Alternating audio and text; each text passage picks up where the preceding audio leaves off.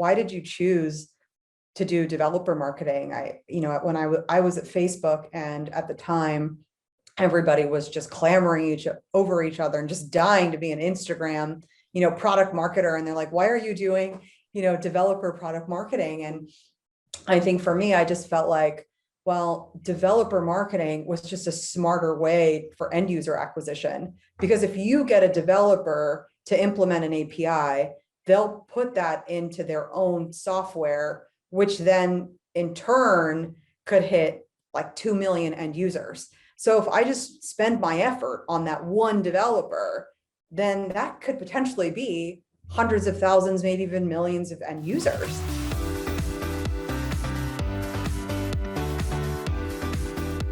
Hey everyone, I'm Joel Primack, host of the Community-Led Growth Show, and today I'm joined by Nisha Baxi, head of community at Gong.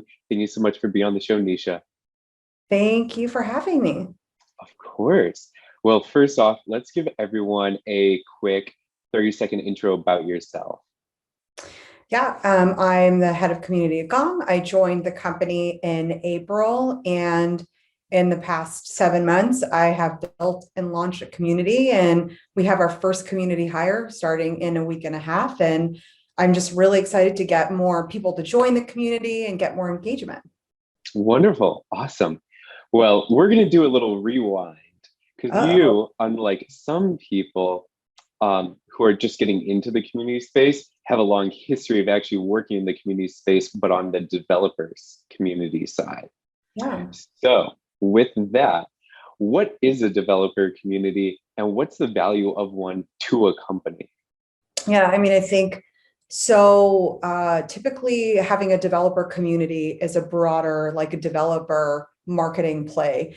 And the idea is, how do you get as many people to utilize your API or download an app or build an app for on behalf of your company? So typically that requires a really large evangelism effort, and the community is sort of one of those strategies. So I would say that a community is most popularly used to share code snippets, best practices. People like to share ways that they've used specific code in order to build, different products or objectives that they might have. The community is also used to gather folks, as we would see in literally any company.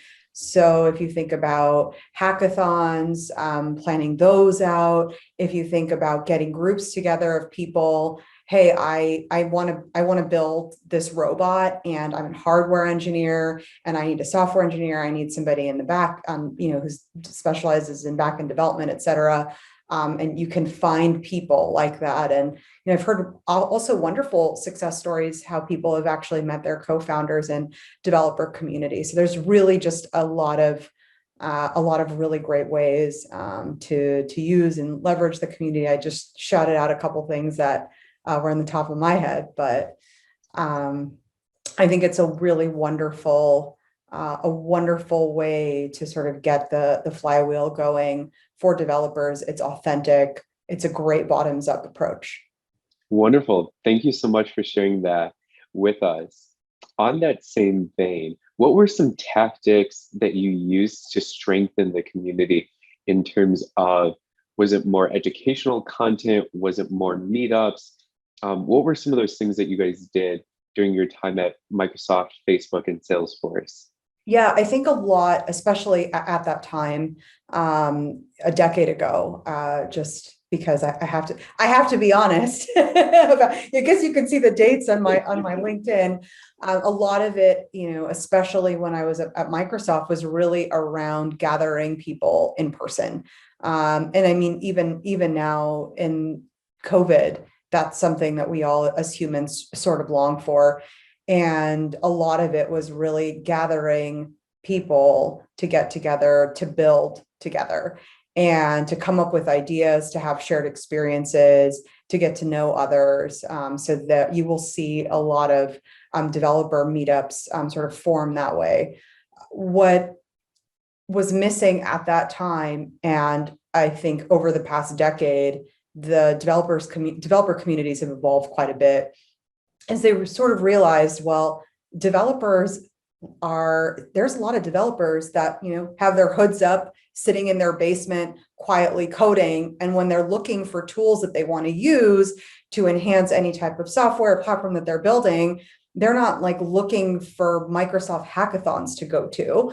They're Googling things. They're looking for those tools. And that's sort of where the rubber meets the road. And it was important for these, developer evangelism groups to sort of meet developers where they are. And that's why online became such an important tool for those types of organizations. So that means making sure that you're active on Reddit, making sure that if you have a good you have great documentation. People always ask me, well, what's like the number one most effective developer marketing tactic I can do? And it's like, well, have awesome documentation, because developers just want to know if you're legit. They're going to Google you, go straight to your docs page, see if it makes sense. So I think that there's a lot more of that happening, and developers and developer evangelists specifically really building up their own presence so that they become a leader in the space in which they're trying to have people adopt their technology. That's an awesome point, and I loved that you just described essentially a sense of belonging, which is what every person wants to feel within a community. So I love that you just hit on that as part of that answer. So thank you so much for that. Yeah, you bet. How did you measure the success of a developer community? Because I feel like that can be, it's just inherently different than a customer community or a broader community for your general market. So can you speak a little bit about that?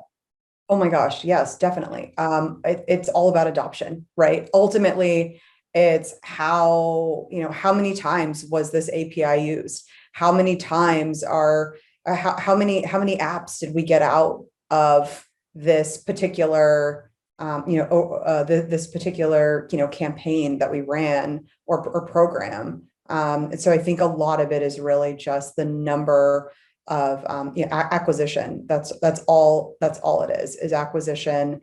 And one of the things that people would ask me, like, why did you choose to do developer marketing?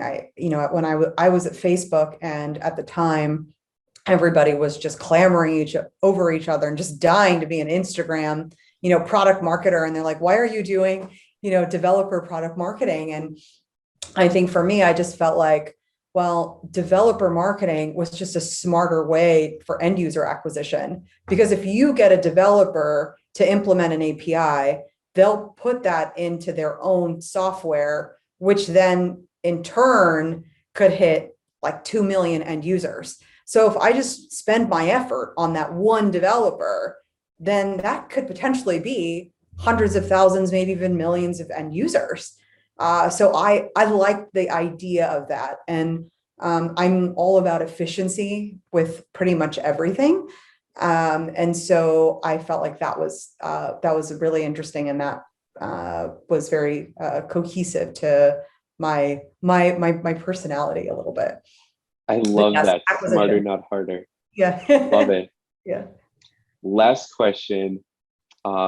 Today, you're a Gongster. Yeah. You oversee the community. It's your army of raving fans, aka your customers, I believe, correct? Mm-hmm. That's okay. Right.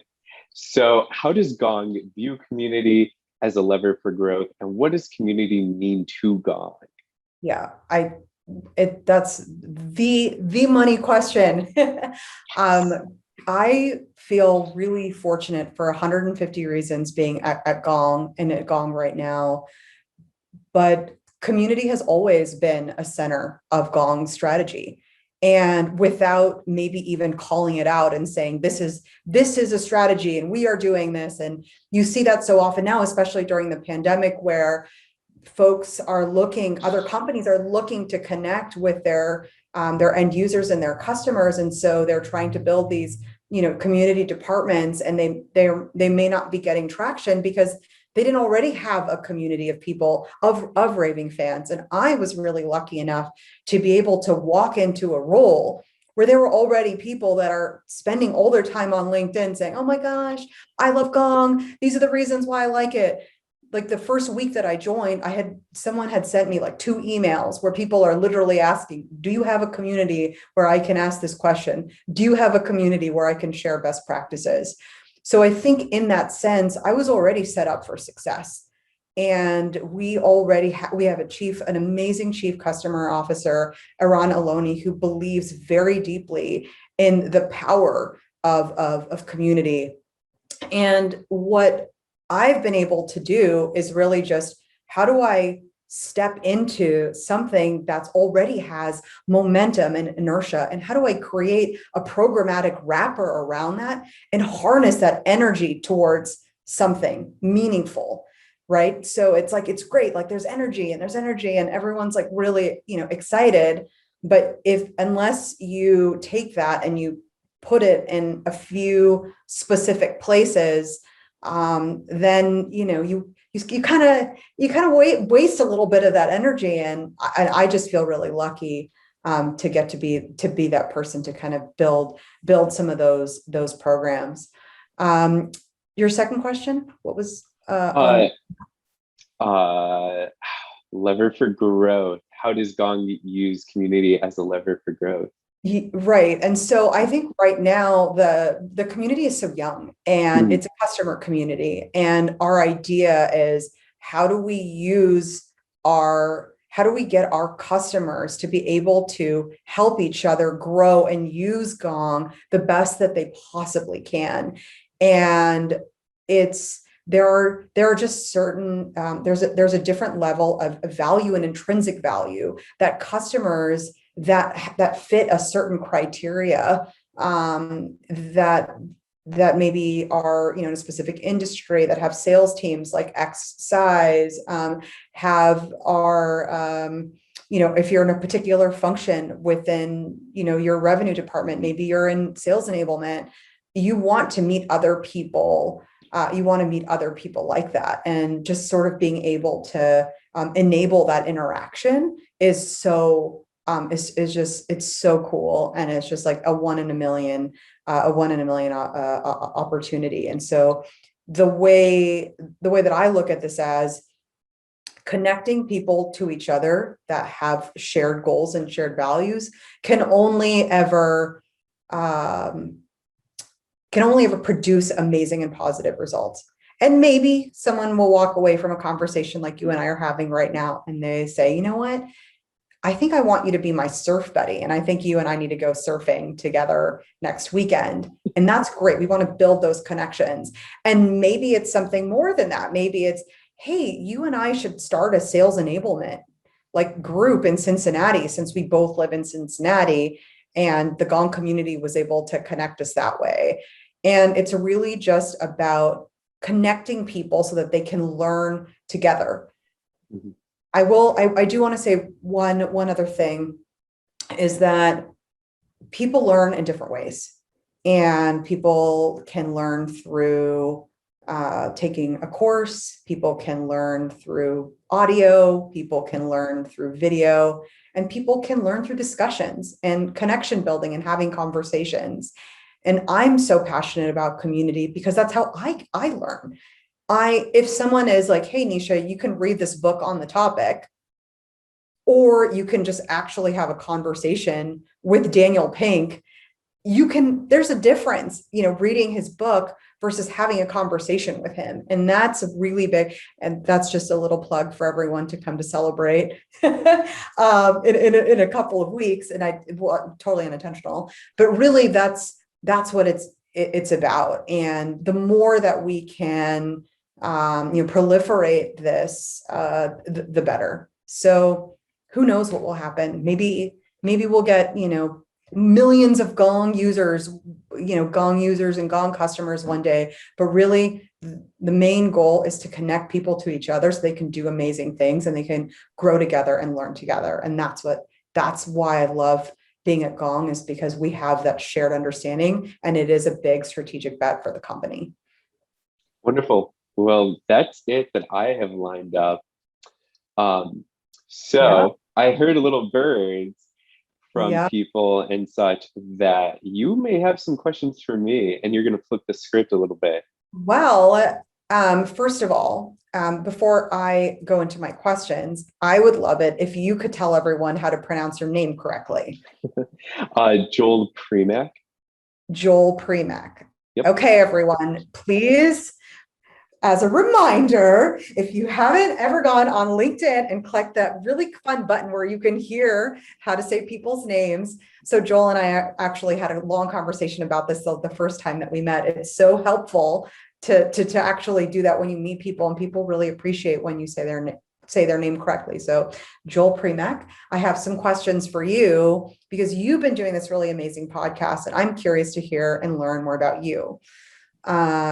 So just starting out, why did you start this podcast? Like, what's the reason for this podcast?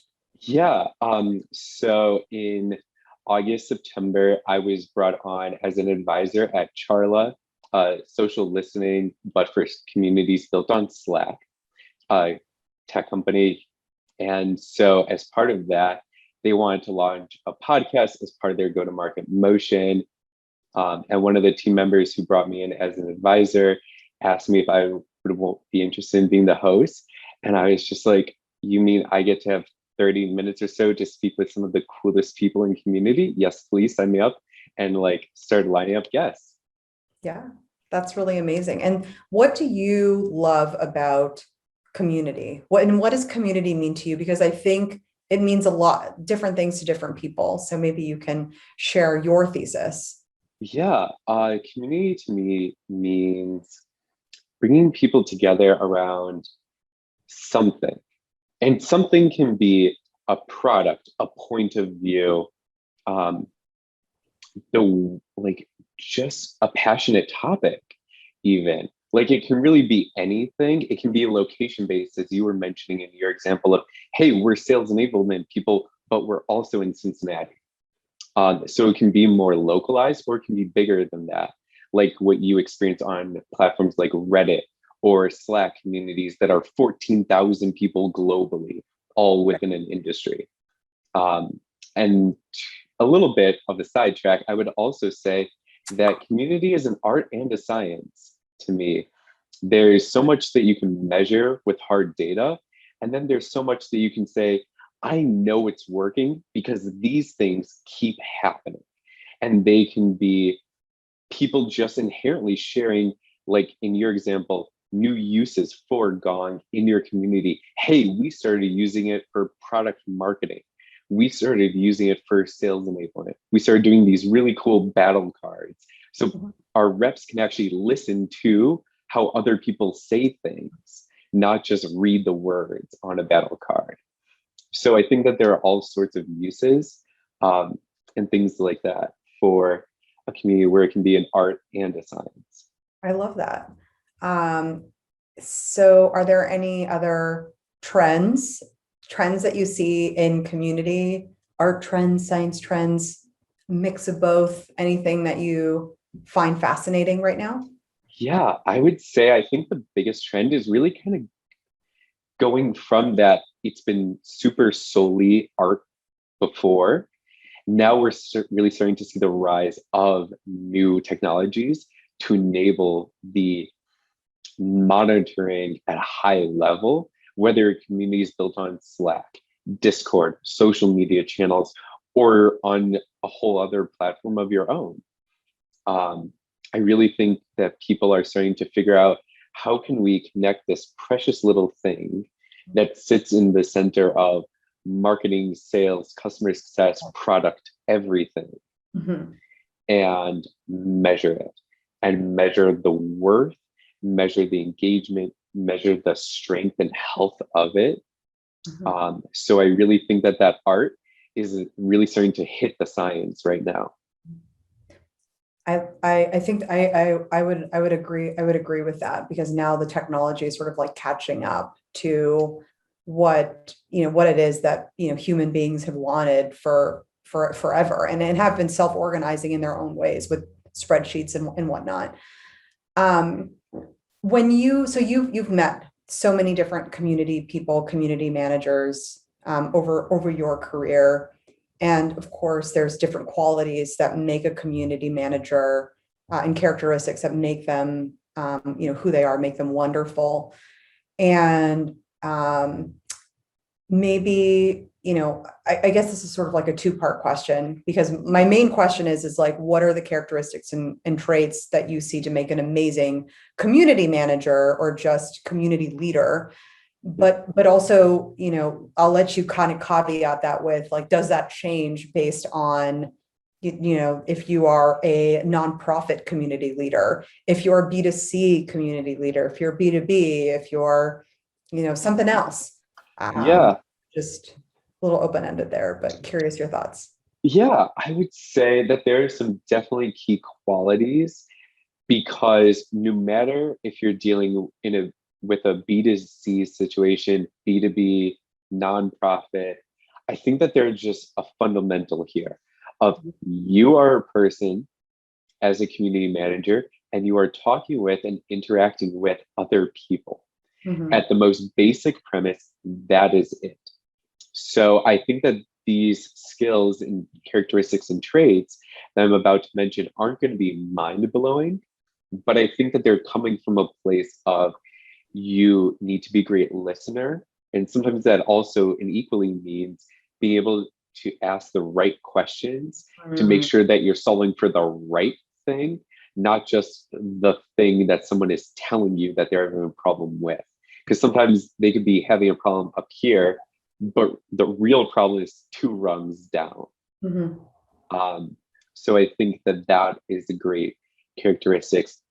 I would also say that the next one is just being very human in terms of, does someone need a connector?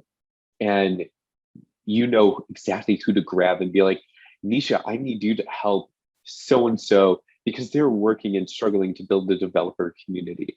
Like, what information can you share for with this person?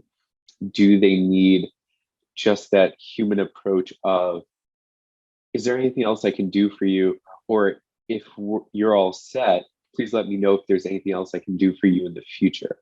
Mhm. Just any of those kind of like super human, I call them like human level tactics of you always being there and showing that you're there to add value.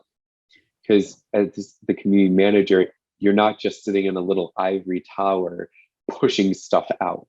You Mhm. also have to be absorbing stuff in. So you're almost like half a step, maybe right above or right at the same level of the community. You have to be in it and you have to be on it. Mhm. Well, I'm going to ask you a bunch of rapid fire questions now. Oh gosh. And I'll give you 3 seconds to think about it before you answer. And we'll start with some easy stuff and we'll get to some hard stuff. Good. Ready? Yep.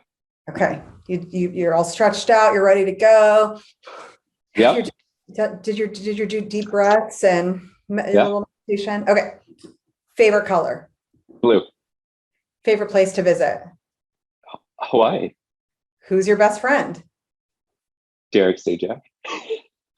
What's the best company that you ever worked for?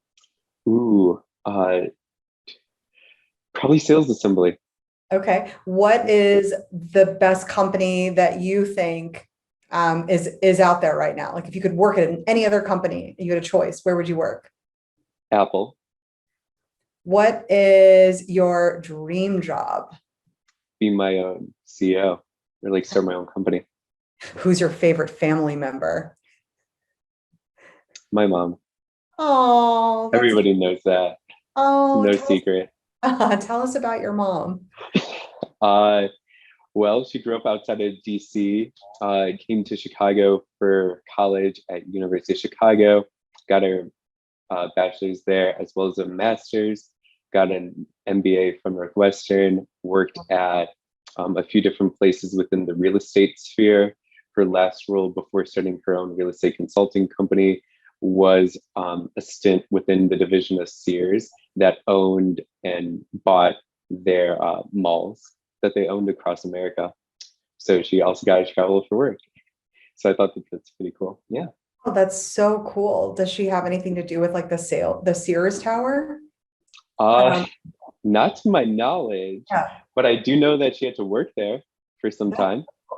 that's Mhm. really, really neat. And it also sounds like your mom had, her job had a lot of interaction and bringing people together, like especially if you're, you're working, as a consultant or even in real estate, like that whole job is really about People. amassing groups of people to, shepherding them to sort of a common goal. So that's really, really interesting. What a fun parallel. Well, that was my last question for you. Awesome. Thank you so much, Nisha. If there are any people who want to follow up with you or connect with you offline, what are the best channels or handles for them to do so? Yeah, LinkedIn is great. Add me as Okay. a friend, send me a note. Happy to connect. Awesome. Great. Thank you so much, Nisha. Have a great day. You too. Bye, Joel. Bye.